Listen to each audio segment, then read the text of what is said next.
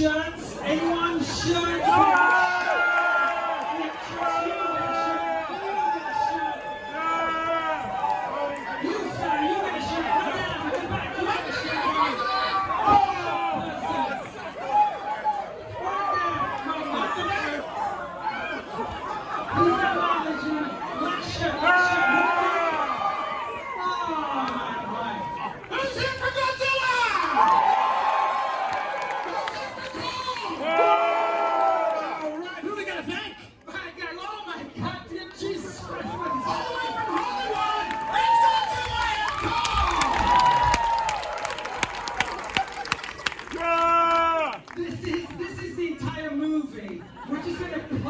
Because the DCP is broken, so we're just gonna act it out the whole night. Do you guys get along? Fuck him up! Whoa! Alright, you guys are Hugging it out. How the family? Family's good? Doing well? Alright, who are we gonna thank tonight? We have to thank everybody at Legendary, everybody at Warner Bros. Big shout out to those guys. This film is fantastic. So this film is anyone, I know there's some kids in the room, so I apologize for the parents. Is anyone high right now? You're going to really enjoy this film, especially if you dropped acid. It is a love letter to the Showa era. It is as psychedelic as it gets. We can't believe that this film exists. So just plug in, let go, and just let Adam's mayhem just wash over you, because it is awesome. Now, we've seen Godzilla versus Kong, right? Yes. Yeah. But have you ever seen a Godzilla Kong dance-off? Go! Kong's got the moves! Kong's got the moves! Here's Godzilla! Look at Godzilla's got a spin move! The spin move with Godzilla! Kong's got kind of a wobbly kind of a move. He's got some real moves, Godzilla! Kong, give it, go, Kong! Go, Kong! Bust it out, Godzilla! Bust it out! Big finale! Big finale! Big finale! Kong, a big finale means like a big dance. Kong, Godzilla, everybody! I call that a tie if there ever was a tie. We gotta thank everybody at American Cinematheque, all the volunteers, and we have Benito Benny Boy Tucker in the booth. Thank you, Godzilla. Thank you, Kong. And then we also. What about that? Do you have some booty over there, Brent? Oh! This is a well-oiled machine. Do you like what you see? So did anyone? So who dressed tonight? Okay. Can anyone who dressed? Who dressed in costumes? Actually, that's right. Yeah. Who's wearing costumes tonight? Put your costume back on. Could you come up onto the stage? Because this is at stake right now. This has simulated heat ray breath.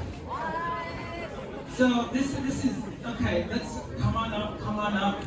There's one. That's not a costume, my friend. You just came from the east side. Watch your steps, please. Come on up. All right. Very good, thank you. Enter. Please go on stage. Welcome, everyone. All right. Come on, further down. Oh my God.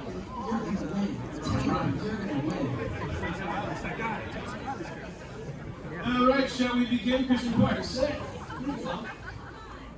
All right, so your name is? Robbie. Robbie, you're visiting from? Perfect. And you are? Monkey.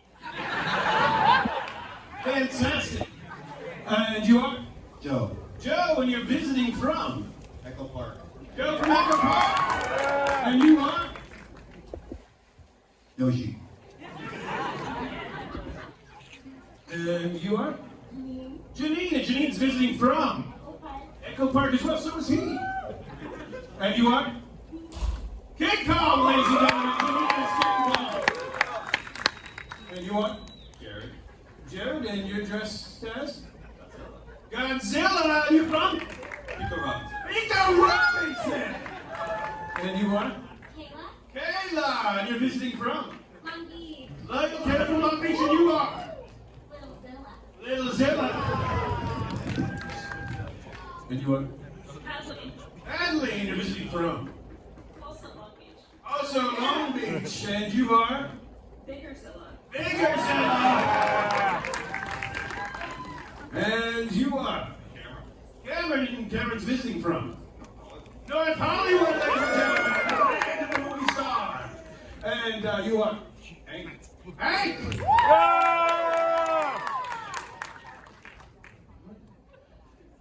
Your name is? Eric. Hi, Eric. Hi, Eric. And Eric is visiting from? San Dimas. San Dimas. Eric from San Dimas. And Eric from San Dimas is? Royalty Free Call. Royalty Free Call. Let's go firing. And you, I can't tell what's going on there. Who are you? I'm Will. Hi. And who are you today? You're looking good. Yes, and you, sir? I'm Rodan.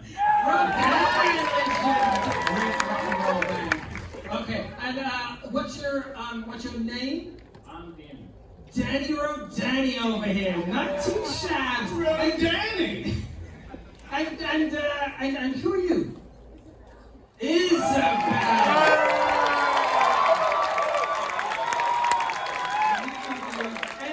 Isabel, can you tell these people who you are today? Do you happen to have a King Kong growl inside you or a roar?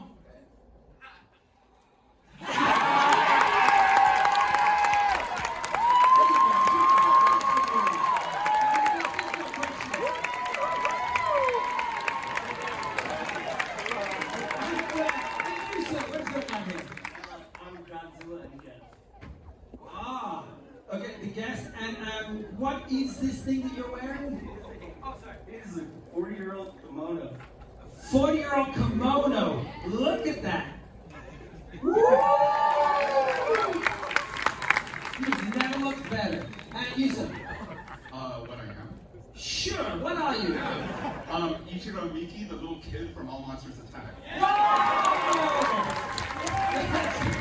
Very good, very good. Okay, what's your name? Luis. Luis, you let us down there. Okay, and what are you, sir?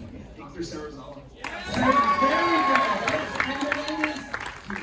Hugo. Okay, we don't have anywhere near enough gifts because you just joined?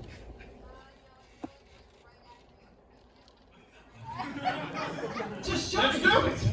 And you are? King Donkey Kong. King Donkey Kong, visiting from? Banana Island. Banana Island. That's near Van Nuys. All right, We have 6 prizes here. How many do you have there? 7 prizes here. Okay then. Let them fight!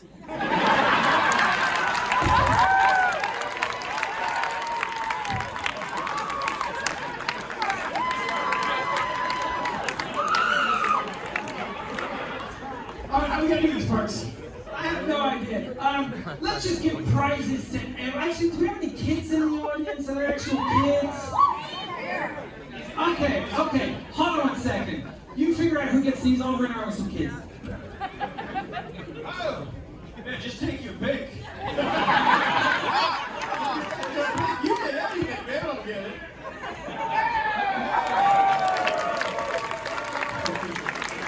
Victory is yours.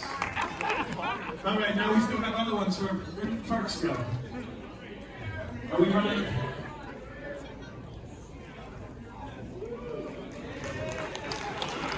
All right. Are you still handing them out there? What about these people? It's a film to watch. Okay, who wins?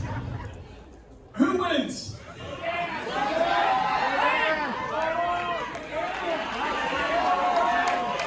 Okay, Godzilla, you're a winner. Congratulations. Now you win this. Definitely. We got a costume contest. He gave it to the audience. Everyone who didn't get something. We should have a rehearsal. Who wins this? I'm gonna go around and then you scream when I stop. Share that. Here, you can have another one. We have Road Dan. We have shots for Road Dan over here. Dan,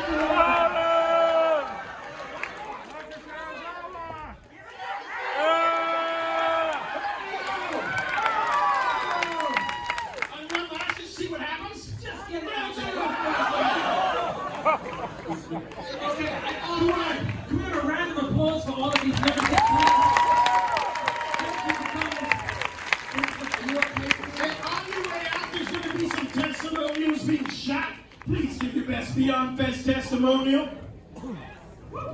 And we got to get one last thing for the audio. Yeah, so lead us in the chat, Grant.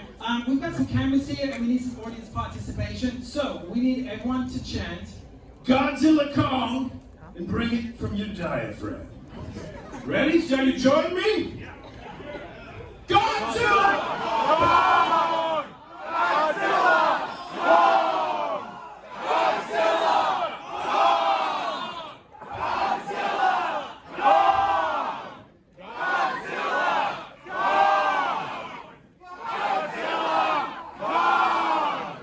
Okay, that's it.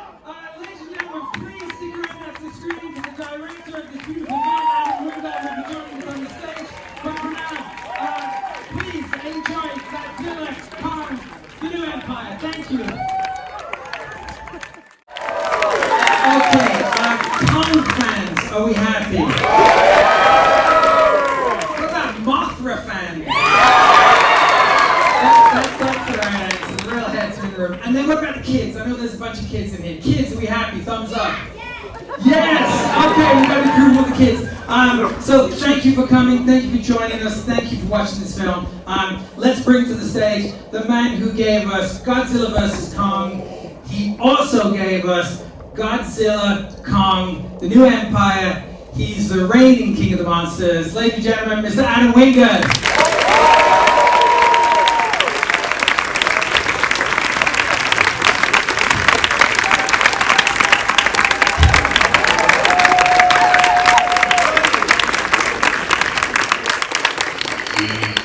There we go. How does it feel? This has been a long, long journey for you. You started as a kid. I mean, like your early years were growing up on these movies. How's it I mean, feel? since I started in the MonsterVerse, yes, it has been a long time. A long time.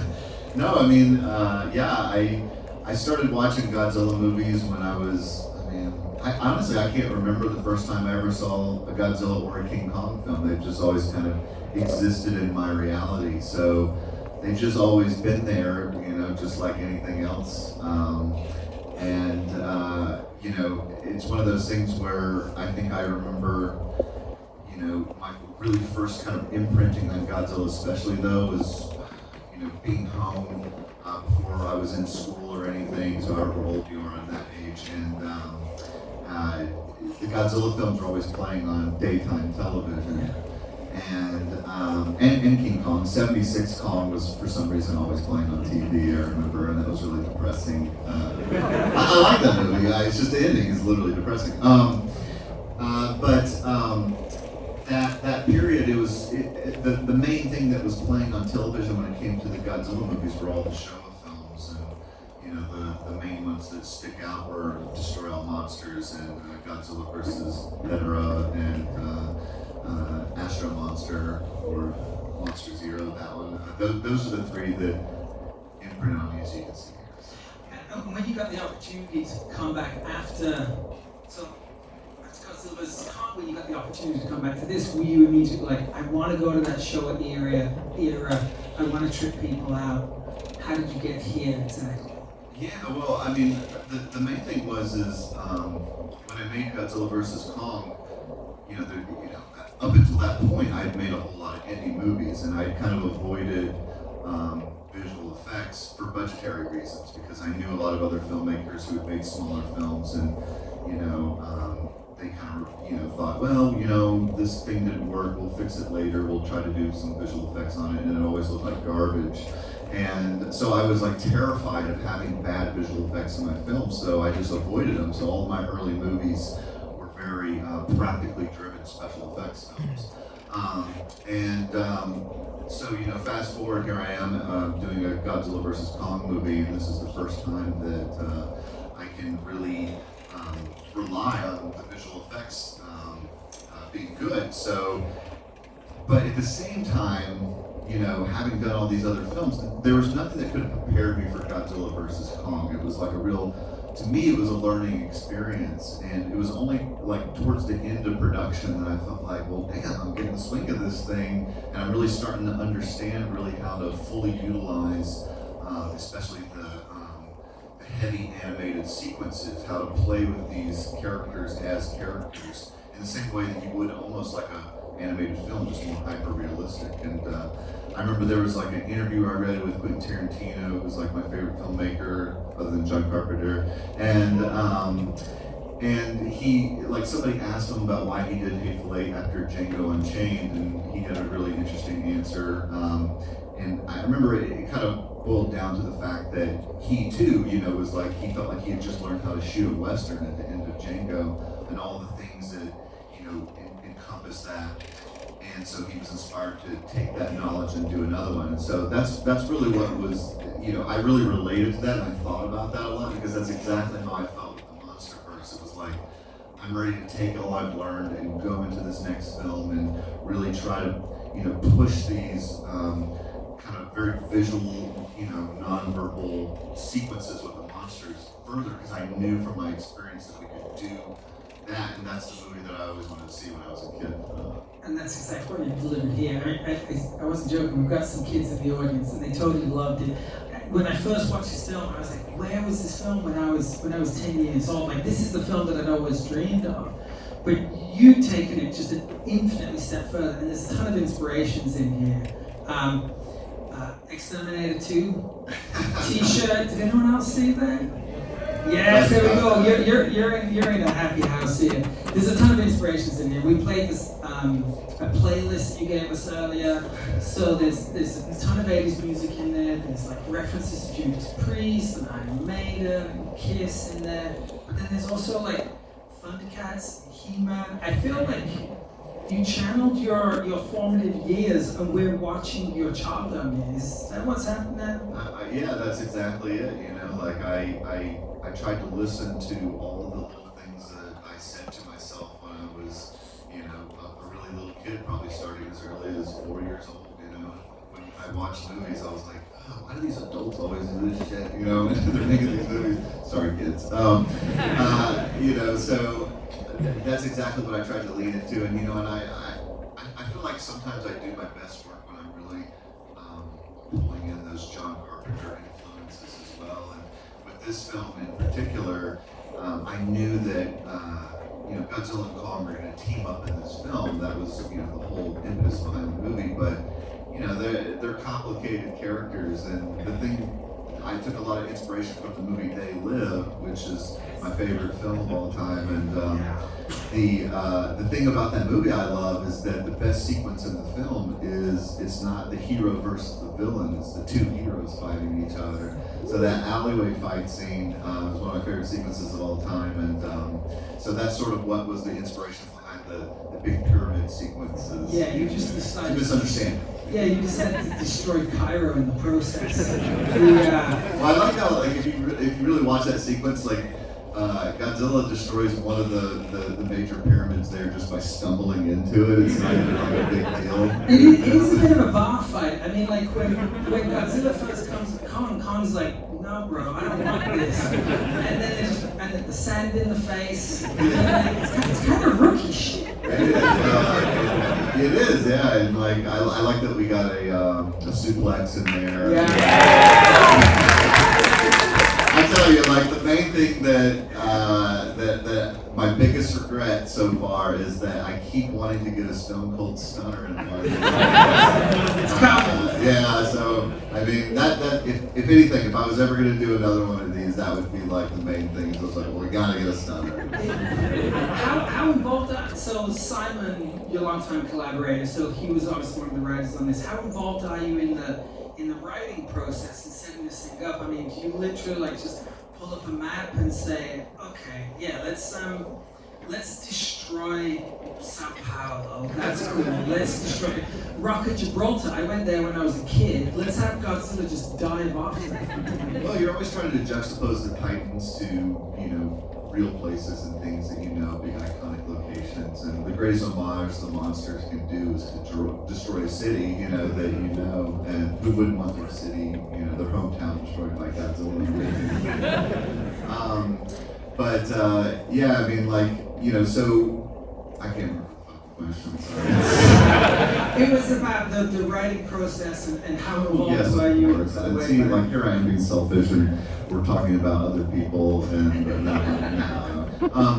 so I was so delighted to be able to bring in my friend Simon Barrett, who he wrote The Guest and You're Next, and he's my favorite collaborator that I've had over these years, and so he and I worked with Terry Rossio, who wrote Godzilla vs. Kong as well, and he's done a lot of great films like Aladdin and Shrek. And it was an interesting process because Terry's almost like a professor type. You go over to his house and he's got this amazing system that Simon and I actually learned a lot from, where he has it down to like this incredible methodology of how to break a movie. And so for a couple months we'd go over, or a couple weeks we'd go over to Terry's house, and basically what he does is he has a cork board that's a certain size. I can't remember the exact dimensions off the top of my head. But basically he has a cork board that's a certain size and note cards that are all a certain size. And he has very specific things that he lays out, like one level is, or one row is essentially what happens before the film. One row is Act 1, Act 2, Act 3, and then Act 4, or not Act 4, oh God. It's not a Michael Bay movie, but then the other one is something like, I can't remember, it's like character stuff and some taglines and things. But basically he has this theory that if, with these exact specifications, if you fill this corkboard, you got a movie, And so it was an interesting way to start because it gives you real confidence. You really talk it through, you beat it up, and then you get to the actual writing of it, and that kind of encompasses the next couple months after that. And there's a far greater emphasis, I think, more than any of the monster movies that we've seen, certainly the Monsterverse, there's a far greater emphasis on the monsters, the Titans as characters. You spend more time with them. There are great lengths in the film in which there are no humans talking, but when you script it, so when this film was scripted, Kong had lines.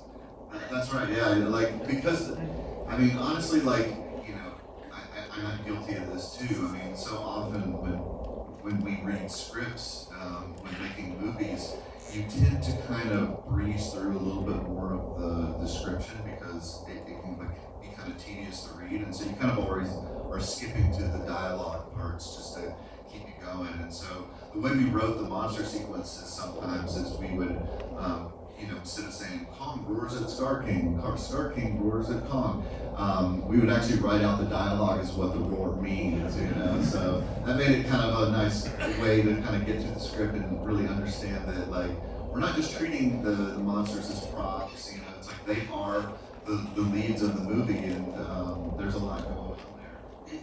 It's awesome. Because you really get a sense of these monsters as actual characters outside of just the facial and the bodily reactions.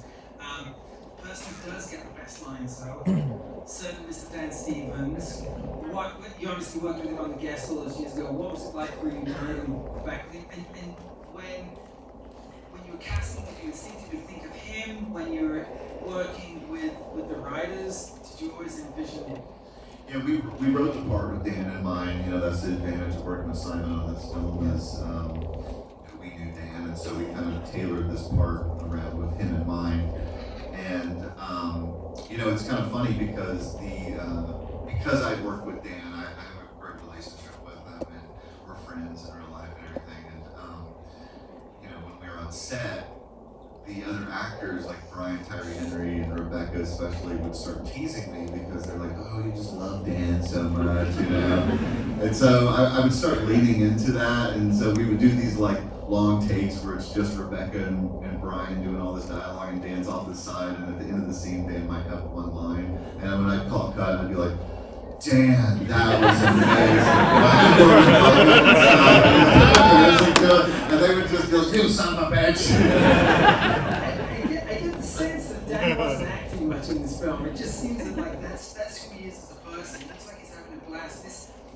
I think it was kind of a grueling shoot because you're in so many locations and it was obviously really difficult.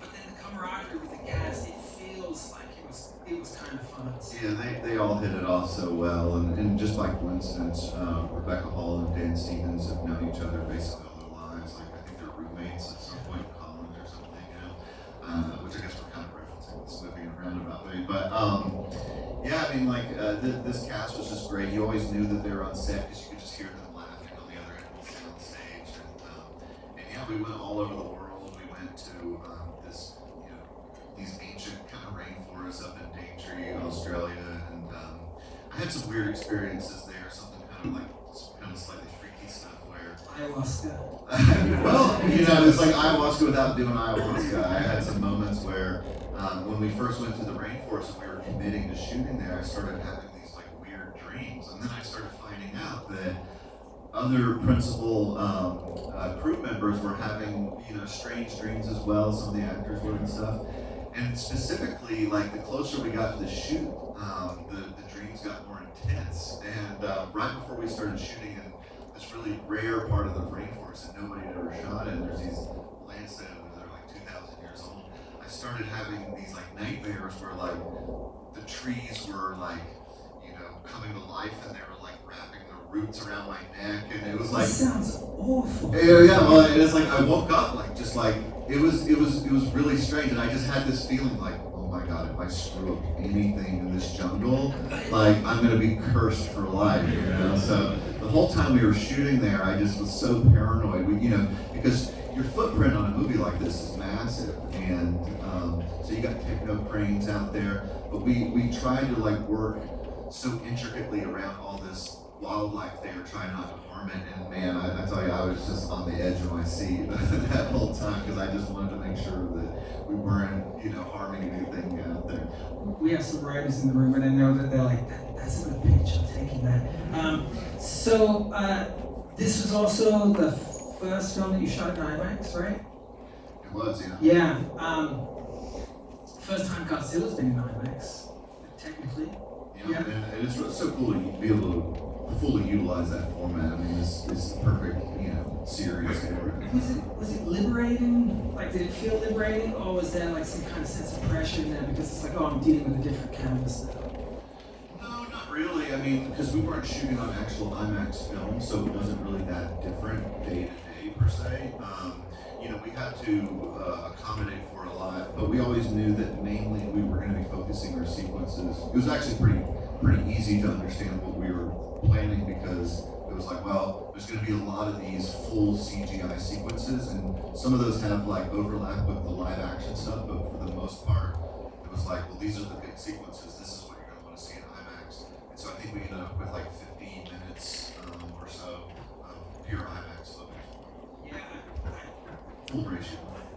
I had the opportunity to see it in IMAX, and it is amazing. So if you tell everyone to go see the film, but you also tell them to go see it in IMAX as well. That's because it really is. It's super badass. Take a couple questions from the audience. Is that cool? We have gentleman right there. Yep.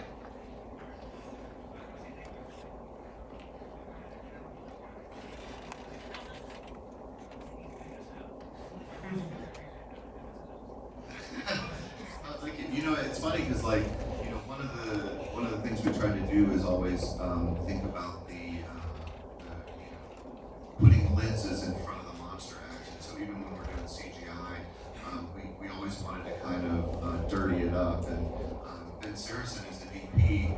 He went to Panavision and specifically created some of the lenses for this movie. And he's taken all this old glass from different eras, and they're kind of combining all this stuff, and that's why the movie has this really, kind of like trippy look sometimes, where, almost like only this much is in focus because the lenses are so warped and they're anamorphic and stuff. And so the VFX team ended up kind of being able to take those lenses and they scanned all the nuance of that, and they were able to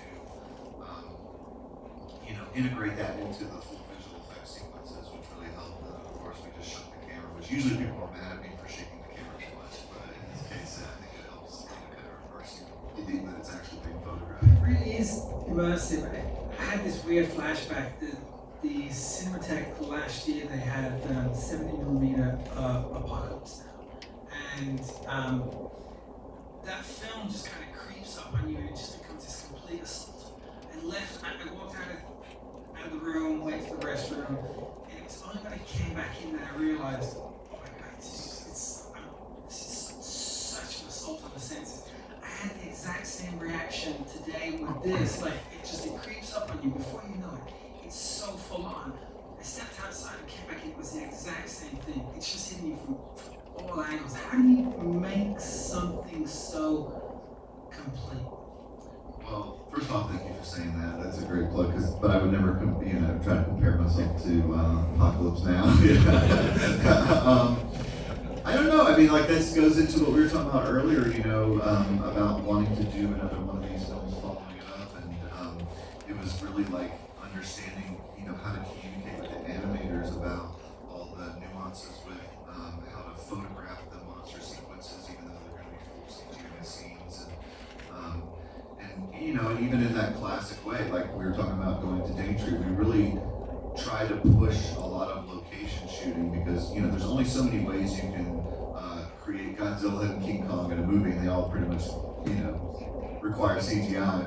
But where possible, it's like, well, if we got these scenes with these great actors, let's really put them in these cool locations and do it for real. You did. Okay, another question. There's someone who's waving and pointing at something. Yes. Okay. Great movie. I'm totally seeing it again in IMAX this weekend. So what I particularly love about this movie, and really going back to all of you MonsterVerse directors in here and Jordan to Michael, that you really do care about your monster characters and give them parts. And this is the thing that I always say about monster movies is that if you're writing a character who's not human, you still have to write them in a way that you would write a human character. Like, you gotta give them a fatal flaw, you gotta give them character arcs, you gotta give them like an emotional journey to go through. And I was able to follow like Kong's emotional journey very well. I was able to follow Godzilla's emotional journey very well, right down to the point where it's like I didn't even need the human character to fully explain it. It's like the scenes of Kong and meeting Kong by himself was like I fully understood everything that was happening there. So I wanted to ask you, what do you say about like how to give non-human characters an arc, and how do you decide like what that arc should be? Like how did you decide I want Kong to have this arc, I want Godzilla to have this arc? Okay. How do you give non-human characters an arc? Yeah, I mean, that was honestly the easiest part of making this movie. I mean, like, because I felt so in tune with Godzilla and Kong, the MonsterVerse versions of them, and one of the greatest satisfactions I got out of this movie is like hearing people get excited about the new monsters too, because Shimo's another character that she's a new character to the series, and she's the big menacing villain, but ultimately she's kind of this sweet, almost like puppy dog character, like you got Kong petting her at the end of the movie, and I like that arc, those are the things that, excite me about the monsters, because I mean, there's really no other series that I could imagine really where you're given so much license to, do these kind of sequences without any dialogue and carry through like that. And I'm just lucky, to be working with such great animators over at Weta, our visual effects supervisor, Alessandro Ungaro, Scanline, the whole 9 yards. Like, it takes so many people to do this, and I think the key to it, to a certain degree, as a director, is just leaning into the collaborative aspect of it, because there's just so many people involved that it takes, to make this stuff happen, and it's really trying to allow everybody to do the best work that they can. And so, sometimes, like for instance, like with Starkey, the way he comes out, he stands and he kind of poses, before he attacks Kong the first time. There's just like little mannerisms like that I couldn't, imagine when we were doing the previs, but the Weta guys got in there and they started really, they're like, we're gonna present something to the team, like we gotta come up with all these like nuances. So they just started leaning into that. Okay, you have to get on the plane. So we have one more question. Who's got the best question? Little kid over here is trying to ask me. Okay, little kid wins. Okay. What's your name, little man? Ari. Thanks for coming out today. It's past your bedtime. Best dad. For the facial expressions, did you use motion capture or is it all CGI? For the facial expressions, did you use motion capture? Was it CGI? And how do you know to ask that question? Your dad's awesome. That's the visual effects supervisor, is his dad. No, it's there's no like one actor that plays as any of the characters, but each team kind of approaches it, their own sort of way. And yeah, they do motion capture for the a lot of the facial stuff, the nuanced facial stuff, especially the apes. And pretty much all the times that the apes are moving around, that's always motion capture. We really kind of put like a lot of the main sequences in Hollow Earth with Kong and all the other apes in the hands of Weta because they're like the experts at doing apes. They've done all the apes movies, they've done the King Kong movies, with Peter Jackson and stuff, and so they just really understand those kind of things. And it's interesting because in the MonsterVerse, an ape isn't just like a normal ape, like there's a little bit of slightly more of a humanoid element to it compared to, let's say, like Peter Jackson's King Kong, which is ultra realistic, kind of ape gorilla type movements, and those kind of things, just everybody kind of understands what the difference is, and honestly, they're just so good at the process that it just all kind of works together very, very, very smooth. That's awesome. Ari, tell all your friends at school tomorrow you had the best time ever. Spring break! And on that note, thank you for giving us another great Godzilla movie, another great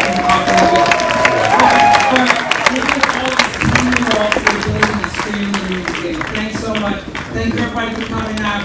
Go see this again this weekend in IMAX. Thanks everybody.